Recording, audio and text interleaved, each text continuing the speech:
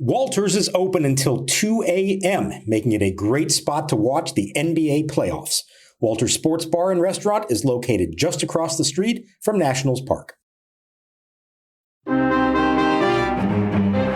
pitch on 3-1 is hit high in the air to left center field and deep. Back goes Butera to the warning track, to the wall, and it is gone. Goodbye. Another majestic, soaring, high fly ball the opposite way. Bang, zoom goes James Wood with his 12th home run of the year. And the Nationals are on the board first here tonight in Cincinnati.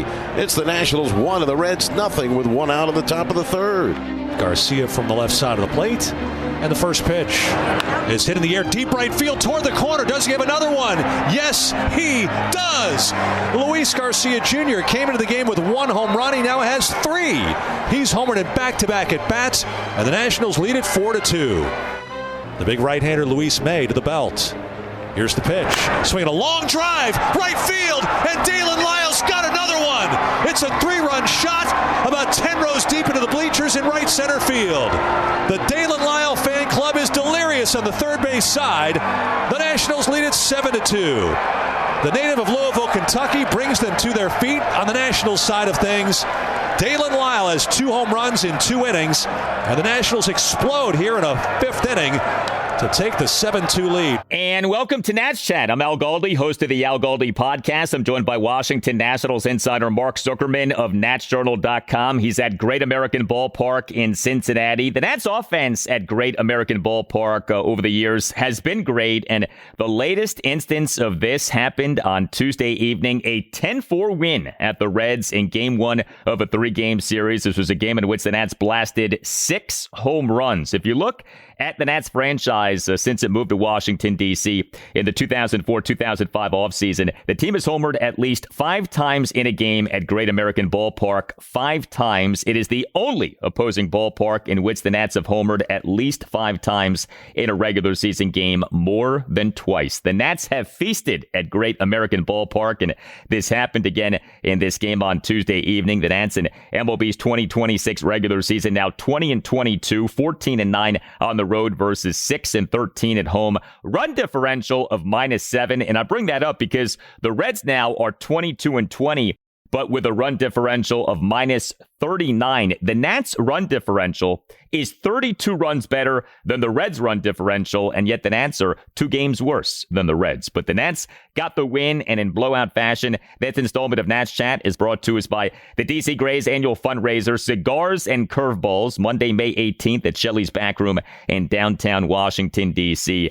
at 6 p.m. So Great American Ballpark for years has been known as one of the most hitter-friendly stadiums in MLB. But man, the Nats on Tuesday evening, all over Reds pitching. 2 Nats players, Daylen Lile and Luis Garcia Jr., each hit 2 home runs. And a Nats offense, which, as we have talked about plenty of times, has been such a pleasant surprise this season, had a monster outing in this game on Tuesday evening. Remember the other day, Al, we were talking about who could be the third guy behind Wood and Abrams that could produce. Well, you saw 2 of them in this game, Garcia and Lile, and they've both gotten hot here lately, especially Garcia. If either, or even better, both of them were to sustain this, that changes the complexion of a lineup. And we've already talked about how many runs this lineup has produced, in spite of the fact that it's only 2 big names, really, and the rest are just kind of sprinkling them in here and there. If you get Lyle and Garcia going to this extent, watch out. That can make a huge difference. And I think you saw in this game what depth to the lineup can do, what that power threat from all kinds of different spots in the lineup, what that can do. They looked like a really good team. From an offensive standpoint, they looked like a really good team in this game. And yeah, maybe the ballpark's a little bit friendly, but I feel like at least half of the home runs, if not more than half of the home runs, cleared the fence by 10 rows at least. So these were not cheap home runs for the most part. Certainly, Daylen Lile's homers were not cheap homers. 2 mammoth shots by Daylen Lile. Again, though, this Nats offense, as we speak here, number 2 in MLB in runs, 227 runs. Cannot say enough good things about how good this offense has been. And Tuesday evening was something else. 10 runs, 13 hits, which were 6 homers, 2 doubles, and 5 singles, 5 walks. You know, the run total could have been even higher. The Nats went just 2 for 14 with runners in scoring position. That is the beauty of the home run. You can go 2 for 14 with runners in scoring position and still score scored 10 runs. The Nats got to the Red starting pitcher, Brady Singer. He allowed 3 runs in 3 2/3 innings. Each of the 3 runs came on a solo homer, the second time through the Nats order for Singer. And the Nats ended up being off and running in terms of hitting these homers and scoring the 10 runs. I mentioned Garcia and Lile each homering twice. First time that the Nats had at least 2 guys, each with at least 2 homers in a regular season game since August 18th, 2019. Brian Dozier and Juan Soto.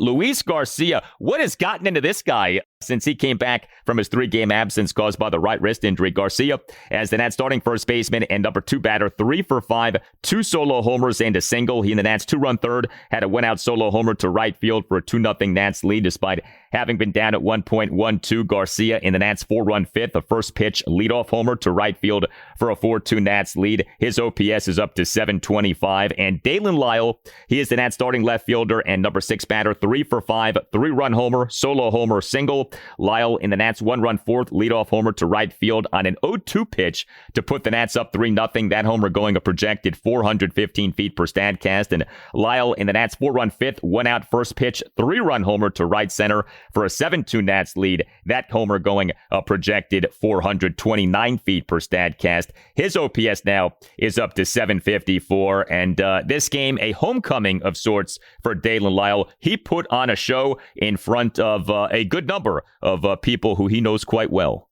Yeah, the Louisville kid was well represented in the ballpark tonight. He said probably 75 to 80 friends and family members. And somebody asked him, like, of those 80 people, how many did you actually know? He said pretty much all of them. He said there may have been a couple of distant cousins that he hadn't met or maybe only met when he was a little kid. It's a blessing for sure because, being from a small, city of Louisville and, just trying to put Louisville on the map and just see all those people come out and just show the love and support. But they showed up and they were in full force and you could hear them in the ballpark. I'm assuming you could hear them on TV as well.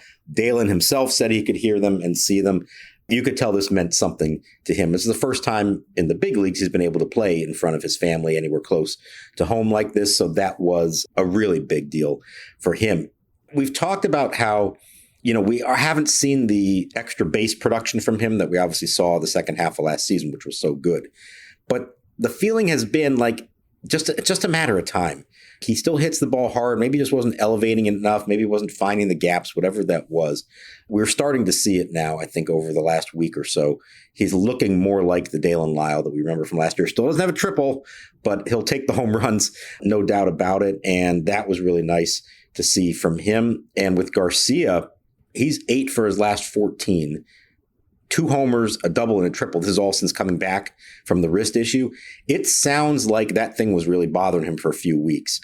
And he played through it, and he didn't try not to make too big a deal out of it. But you can see the difference in his swings. As Blake Butera described it, it felt like prior to that point, he was just trying to make contact and not really worried about really swinging with any force. Him being healthy and that wrist feeling good is totally different. Just the way the ball comes off the bat. Since taking those days off, he is hitting the ball with much more authority, looks more confident in the state of that wrist. Now, he said it's still not all the way to 100% yet, maybe 95. And you even saw him shake the wrist a little bit after one swing early in this game. But he said it went away, and obviously he was fine after that and had another huge game. So it may be something he has to deal with a little bit moving forward, but you can tell there is a difference getting those 5 days off. It was 3 games. He was out of the lineup for 5 days.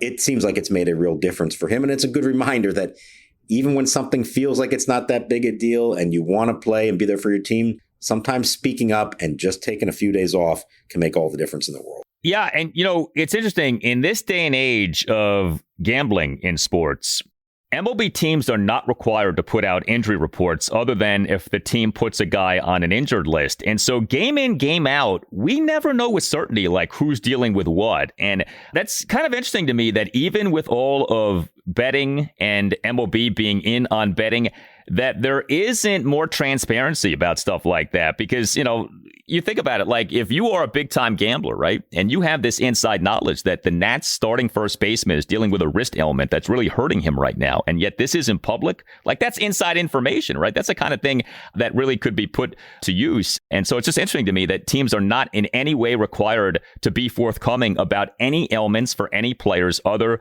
than when teams put guys on injured lists.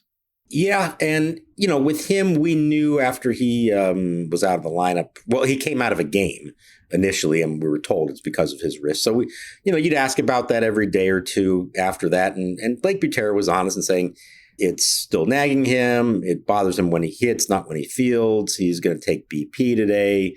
We're hopeful that he's getting closer. It's all day to day. So they've been pretty forthcoming about it. But you're right.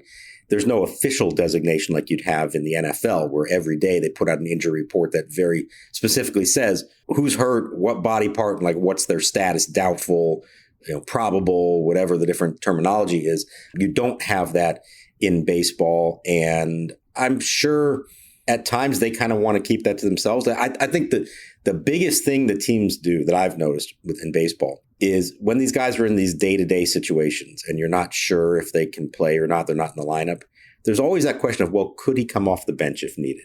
And they never want to say it all the way because they don't want the other team to game plan for that late in the game, or maybe they want them to think that Luis Garcia could come off the bench to pinch hit late in the game, but it turns out he wasn't available all along. So I think that's where maybe the stealthiness sometimes comes in on these day-to-day situations.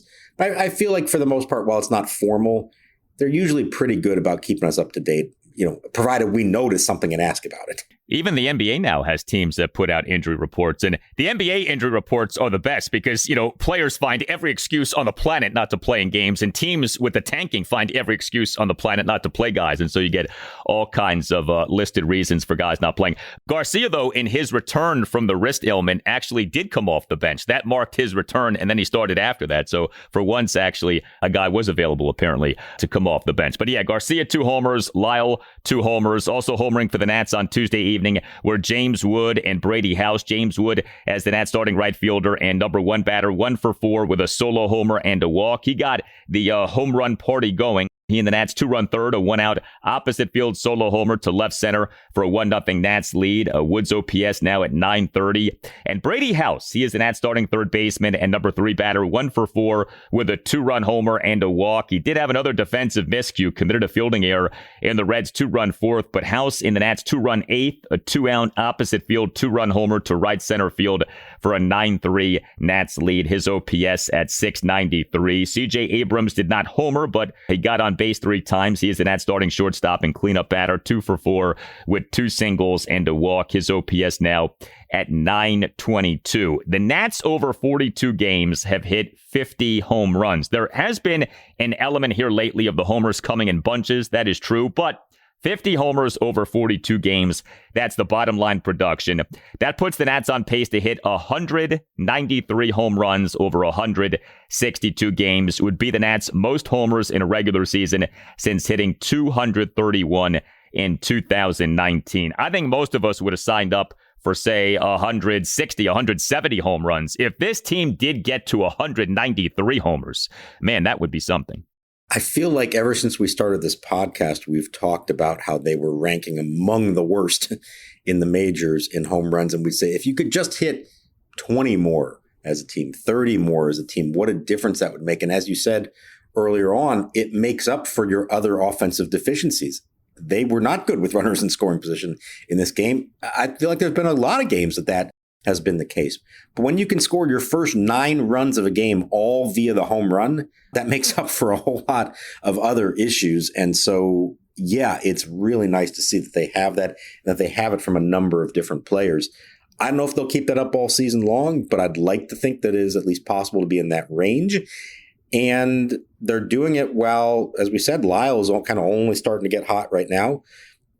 From a power standpoint, they're doing that without getting hardly anything from their catchers, certainly no power from their second baseman, very little power from their center fielder. I mean, that's pretty remarkable. This is not a lineup full of thumpers, but they do have enough of the big boys and then those second-tier players that have the ability at any given moment to maybe hit it out of the park.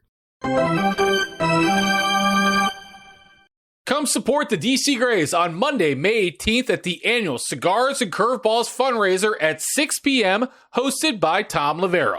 Come hang out with fellow local baseball fans and feel free to participate in the not-so-silent auction and hear more about the 2026 DC Grays summer season in the Cal Ripken Senior Collegiate Baseball League.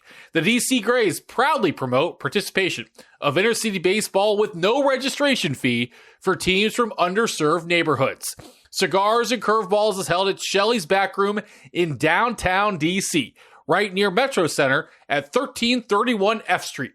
Shelley's is the best cigar bar in DC. The players on the DC Grays are college players from across the country. There will be information on how to become a host family at this event. To pre-register, visit dcgrays.com/cigars or show up on the fly on Monday night, May 18th at Shelley's at 6 p.m. At Arizona State University, we're bringing world-class education from our globally acclaimed faculty to you. Earn your degree from the nation's most innovative university. Online. That's a degree better. Learn more at asuonline.asu.edu. Baseball fans know every pitch can change a game. Playoff hockey is just as intense. Every shift, every second matters. NHL on TNT has the best coverage, with stars like Paul Bissonnette bringing laughs and Wayne Gretzky breaking down the action. The studio crew makes every game feel bigger, just like a big Nationals win. Playoff hockey is unpredictable, physical, and full of overtime drama. If you love sports, you'll love the energy. Watch the Stanley Cup playoffs on TNT, TBS, truTV, and HBO Max. First pitch. McLean hits a mile-high pop-up. This should do it. Nunez and Abrams behind second base. Who will take charge? Abrams will back on the infield dirt. He makes the catch, and the Nationals beat the Reds by a final of 10-4. The Nationals bang out 6 home runs. Multi-homer games for Luis Garcia Jr. and Louisville, Kentucky native Daylen Lile with 2 homers and 4 RBIs as the Nationals outslug the Reds and take game 1 of this series by a 10-4 final. The Nats starting pitcher in this 10-4 win at the Reds on Tuesday evening was Mikolas. He, in this start, got off to a good start, but he did end up having a disappointing start. He officially allowed 2 runs, 1 earned in 3 and a third innings. He tossed 3 scoreless innings, but he, with a 3-0 lead in the bottom of the 4th, allowed 2 runs, 1 earned on 2 singles, 2 walks, and an RBI fielder's choice grounder. Left the game with the bases loaded and went out in the bottom of the 4th. Got charged with a second run, which was unearned. That was due to that Brady House error. House committing a 1-out bases loaded fielding error on a chopper by Tyler Stevenson as House got handcuffed and coming in on the chopper. So some more bad defense by the Nats, and that did come up during the pregame session for manager Blake Butera with you guys earlier in the day. We have addressed how much we care about defense and how it hasn't been very good. And it was unfortunate to me what happened here with Mikolas, because he's up 3-0. He's going well, and then he doesn't even make it out of that 4th inning. And, you think about the circumstance here, too, for the Nats, not just this particular game, but the Nats on Tuesday began a stretch of 16 consecutive days with no scheduled off days. May 12th through the 27th. The Nats' next scheduled off day is Thursday, May 28th. So the bullpen is about to be tested. This set up quite well for Mikolas, who, remember, came to the Nats with the reputation for being an innings eater, to eat some innings, but he ended up not doing that. No, and it was a little bit of weak contact. There wasn't a whole lot they were doing against him, although the walks, I think, were probably the biggest red flag in that inning. He described it as he started to get maybe a little too fine and not just trusting his stuff to be good enough. But he also said at the same time, he knows his strength. He's got to be down in the zone. And if they're not biting at that pitch, he's not going to give in and just start laying it on a platter for them over the heart of the plate, because you know what's going to happen, especially in a ballpark like this. Just trying to stick to what I'm doing best right now. Live it down in the zone, move that ball in and out, change speeds. Got a little squirrely there in the 4th. A little bit unfortunate. I think had he built up a little more goodwill with Butera and the coaching staff, you let him try to work out of that 4th inning and maybe keep going. But we've seen he just hasn't earned that to this point. And so they felt like, and what was still at that time a close game, that they had to make the move. Now, to me, the savior of all this is Brad Lord, because he comes in with the bases loaded, 1 out. They score 1 run. It was on an error. It wasn't his fault. Gets a double play. So he gets out of that inning and then gives you 2 more scoreless innings after that. That saved the bullpen from, you're playing game 1 of 16 in a row and your starter is out in the 4th inning. You're worried about the domino effect of all that. Having a Brad Lord who can do what he did in this game almost like negates any of that. And yeah, he won't be available for a few days. Paxton Schultz pitched 2 innings. Maybe he won't be available for another day or two. But for the most part, that's what salvaged this and made it so it's not that big a deal that the starter only went into the 4th inning. Yeah, the Nats bullpen in this game was good. 3 Nats relievers combined to allow 2 runs in 5 2/3 innings with 8 strikeouts versus 1 walk. The lack of the strikeout has been a big-time problem for the pitching staff as a whole, but in particular for the bullpen. But the bullpen in this game did a good job in that regard. You mentioned Brad Lord. He officially tossed 2 2/3 scoreless innings, 3 swinging strikeouts. Paxton Schultz, 2 scoreless innings, 3 strikeouts. Zach Kent did struggle. He allowed 2 runs in 1 inning. Bottom of the 9th, allowed 2 runs on a double and 2 singles. But with Brad Lord, you look at what he has done here. 13 games, all in relief, 28 innings, ERA 3.21, whip 1.14, 21 strikeouts, just 6 walks. And Paxton Schultz continues to do well. 11 games, all in relief, 15 2/3 innings, ERA at 2.30, whip of 1.09, 16 strikeouts versus 3 walks. It is nice now that you can look at the numbers for Nats relievers and not be frightened. Like, there actually are some guys now with some decent stats. You think about Paxton Schultz, you think about Brad Lord, you think about like Gus Varlin. Like, there are some guys who are starting to maybe possibly have what we could call good seasons in terms of Nats relievers. Yeah, it's funny. You just kind of wait it out, let these things play out. Eventually, you'll figure out who are the guys you can count on and who are the guys you cannot. And yeah, it was ugly those first 2-3 weeks, but it has certainly stabilized, and you've now kind of figured out who are the trusted relievers, who are the not so trusted relievers.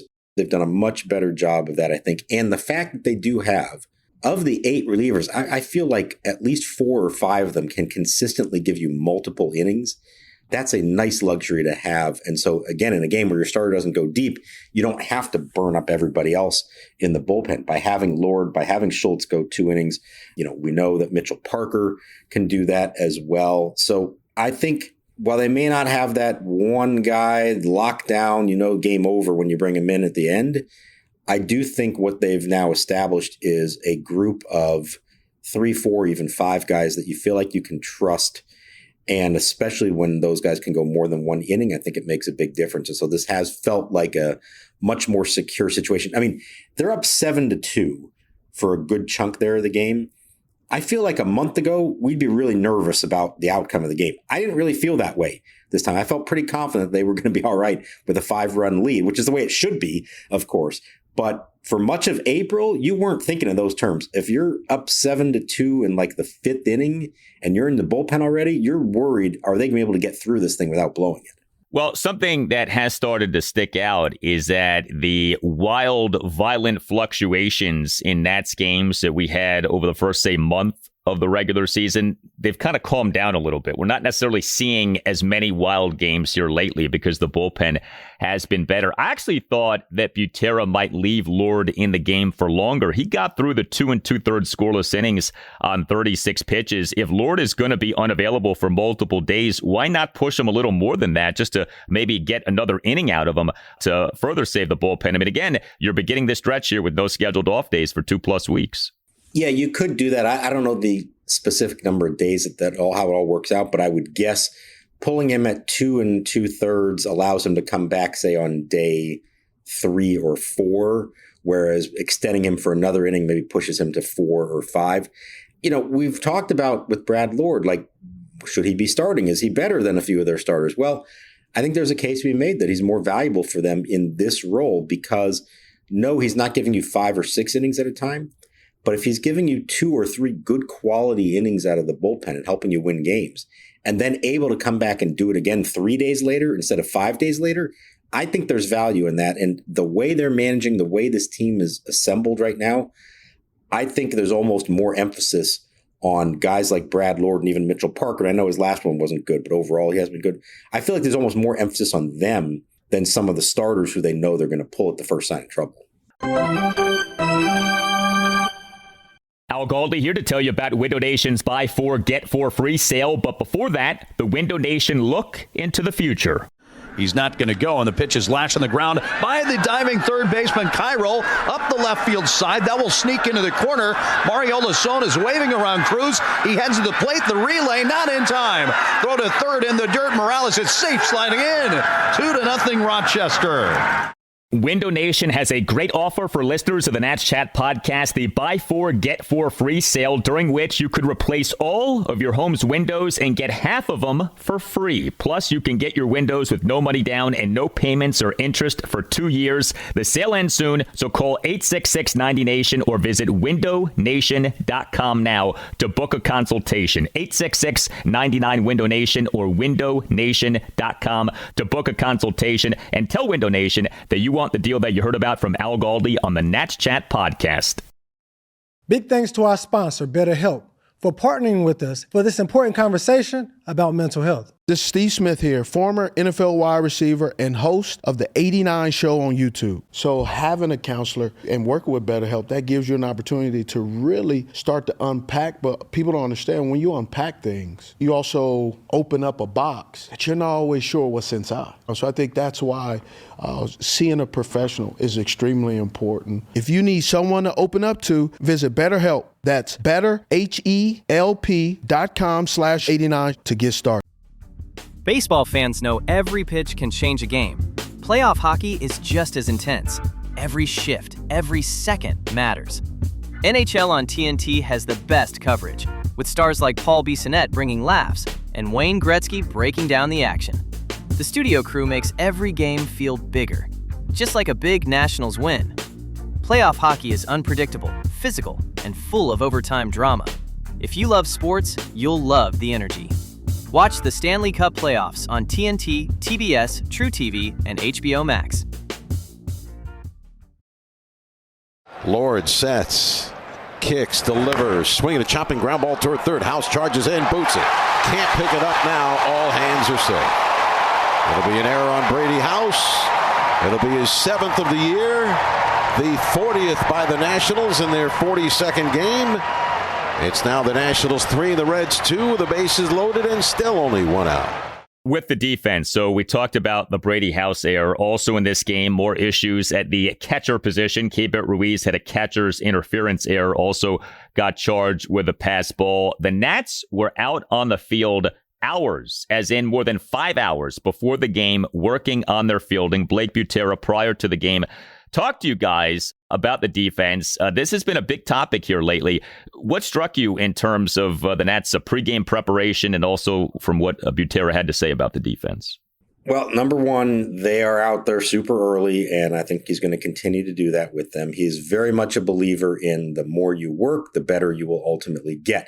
Now, what I thought was interesting is he did admit in there that he felt like there was a point in the last week or so that they've been stressing defense so much that he was worried it might be getting in their heads, and that they're now maybe trying too hard to not make a mistake. And then what does that lead to? Even more mistakes. I think we almost started to see a little bit of our players afraid to make mistakes because of how many they've made.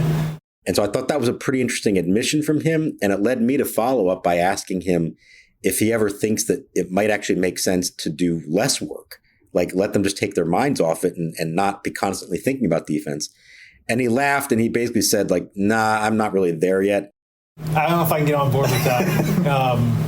It's a tough message to players and everybody else if we make a lot of mistakes and it's like, you know what, we're just gonna sit inside. And I expected that would be his answer. This is a guy who firmly believes that the harder you work on defense, the better you will get. And that's the number one way to fix bad defenses, is to keep working on it over and over again. And maybe he's right, but I could see the argument for the counter argument to that. And the fact that he even admitted that he worried some guys might be overthinking it or worried that they're going to make a mistake. I mean, that Brady House error kind of felt like one of those plays to me. He's charging the ball. He's going to try to make a big play, and he never even got a handle on it because he's probably already thinking ahead to the throw he's trying to make. I would love to see them say, hey, we're going to take a couple days. We'll just show up, take your standard BP, your regular ground balls, and let's go play and see how that works. Because I'm not sure that being out there at 1 p.m, fielding ground ball after ground ball is actually going to make a difference come 7 o'clock at night. That's my opinion. Obviously, he knows what he's doing. He has a different mindset about it. But I'd be curious how that would go. Well, it's just so funny because that is an old school tactic, what Blake Butera has the Nats doing. Like, you think about the Nats under Paul Taboni and Blake Butera, and you think about, this new age thinking, analytics, sabermetrics, etc. And here you have Butera, acting like a 60-something chain-smoking, whiskey-sipping manager from back in the 70s or 80s, like, making these guys get out there early and get to practicing. What struck me from what Butera said was the athleticism thing of, hey, we're an athletic team in a variety of ways. When you look at our base running, especially, we need to apply that athleticism to the defense. We need to let the athleticism take over. We have a super athletic team, if not one of the most athletic teams in baseball. We lead the league in runs scored. We're second in stolen bases. We do a lot of really athletic things. We need to let our athleticism take over defensively. But that was an interesting way of looking at the defensive struggles. Right. And I think that kind of goes hand in hand with maybe like, don't overthink it. Let your natural abilities take over. And that's easier said than done, of course. But he's right that some of these guys are such good athletes that you would think they wouldn't struggle defensively. And it shows you that defense is about more than just pure ability, especially when you get into these game situations and the pressure's on and there's a guy running down the line and you're trying to get him out. Things can speed up on you. And so the best who do it are those who are able to slow the game down, trust their natural abilities, and make the plays. I think it's just always fascinating to see how they try to go about doing that. Yes, there's something to be said for repeating the fundamentals over and over, just like in basketball. Keep shooting free throws over and over, and eventually you'll become a good free throw shooter. I think that's kind of the same idea with defense. But you could also argue that the more you think about how bad of a free throw shooter you are, the harder it gets to repeat that, and it's in your head, and maybe there's a little bit of that going on here as well. And you also could say, hey, you have this super long spring training. You're already 40 plus games into the regular season. If you're not good defensively by this point, maybe you're just not a good defensive team. Like, you guys have worked at it plenty by now. And if it's not showing up as improved defense yet, maybe it's just not going to be happening with this current group of guys. But we shall see. Game 2 for the Nats at the Reds. Wednesday evening at 6:40, the Nats have Jake Irvin as their probable starting pitcher for the game. This installment of Nats Chat brought to us by the DC Grays annual fundraiser, Cigars and Curveballs, Monday, May 18th at Shelley's Back Room in downtown DC at 6 p.m. All Nationals radio highlights on Nats Chat are courtesy of 106.7 The Fan. We always enjoy hearing from you. You can find us on X at Nats_chat. You can find us on Blue Sky at Nats Chat Podcast. You can email the show, natschatpodcast@gmail.com, including if you would like for us to deliver a shout out for someone who you care about, someone who listens to the podcast. Contact the man who runs the podcast, Tim Shovers. Again, that email address is natschatpodcast@gmail.com. For Mark Zuckerman, I'm Al Galdi. We thank you for listening, and we'll talk to you next time on the Nats Chat Podcast. 1-0 delivery. Slider cracked in the air to right center and deep. Chasing back on it. This is Friedel to the warning track, to the wall, and it's gone into the first row.